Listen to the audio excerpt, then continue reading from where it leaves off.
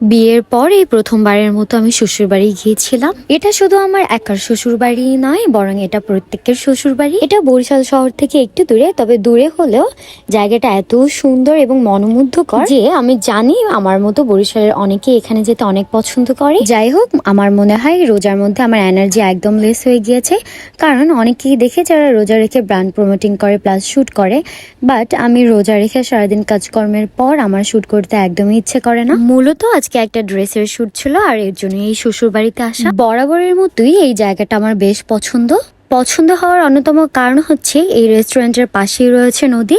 এই নদীর পাশে শুধুমাত্র যে এই রেস্টুরেন্ট না, বরং এখানে অনেকগুলো রেস্টুরেন্ট রয়েছে। এই জায়গাটাকে অনেকে মিনি কুয়াকাটা বলে থাকে। তবে আজকে এখানে আমরা ছাড়া তেমন কোনো লোককেই দেখা যাচ্ছিল না, প্লাস অনেক ভাবসা গরমও ছিল।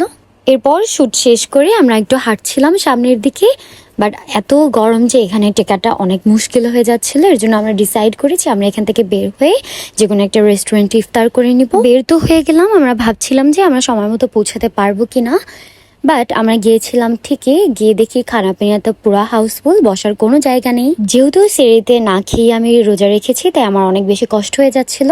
এরপর বিপ্লব তাড়াহুড়ো করে নাজেমস থেকে ইফতার নিচ্ছিল, কারণ আমাদের হাতে একদমই সময় নেই, আমাদের বাসায় গিয়ে ইফতার করতে হবে।